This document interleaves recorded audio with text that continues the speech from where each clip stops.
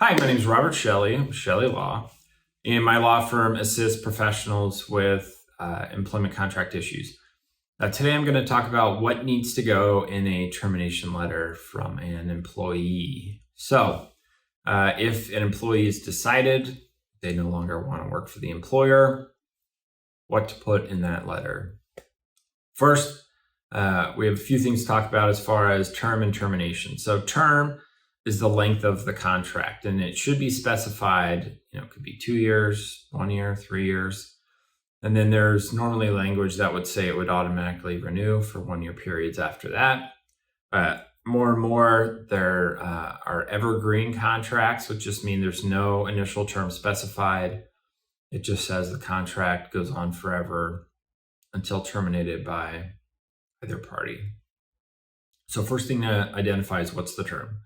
Now, after that, you need to identify how to terminate the contract. So in any employment contract, there's a couple ways it can be terminated. One, if it's a fixed term, so if it's just 2 years, no possibility of renewal, it ends, that's it, it's over with. Don't even need to send a letter.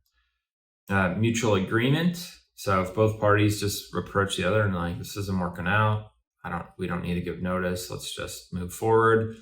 Don't need a termination letter there. For cause means someone's in breach of contract. The contract will usually require some kind of written notice saying, hey, you're breaching the contract. And then there'd be what's called a cure period, which just means there's a period of time for the employer to fix the breach or the employee. And so if that breach is fixed within that, it's usually somewhere between 15 to 30 days, then the contract kind of reverts back and the party couldn't terminate for cause. So in that case, if there was some kind of breach of contract, and let's do this from the employee's perspective, they would first send a written letter that just states you are in breach of contract due to this. And then if there's some kind of cure requirement, you have 15 days to fix this breach. If the breach is not fixed, then it's basically the option of the employee to exercise immediate termination. In that scenario, the employee would then send another letter that just simply states you failed to fix the breach. I'm terminating the contract immediately. Thank you. And that's it. So once again, you need to, in the initial letter, state the reasons for the breach of contract. And then in the second letter, if they failed to fix the breach, just state, hey, you didn't fix this, I'm moving forward. You don't need to put a list of grievances or all of the problems with the employer. You just simply say you breached, you didn't fix it, and give the details about what the breach was, and then just move on. Now, that's pretty rare. So the most common way contracts terminated is what's called without cause. So in almost any employment contract, there'll be some kind of statement that just says, if either party wants to terminate the agreement at any time, they can do so with a certain amount of notice to the other party. So 30 to 90 days, anywhere in between that is pretty standard for without cause termination notice. So in that scenario, that's where the termination letter would come into play. So let's just say a professional has a 60-day notice. They write the letter. They say, per the agreement, I'm giving you 60 days notice. My last day of work will be X date. Thank you for the opportunity. I'm moving on.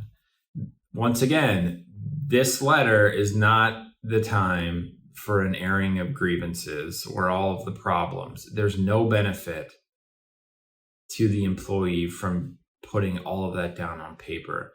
It needs to be short and sweet. I am exercising my right to terminate the agreement without cause.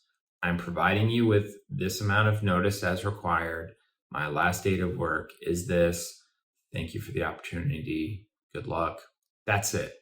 There is zero benefit to burning bridges, to pointing out all the flaws in the employer. I know many employees feel like, well, I just want to say my piece.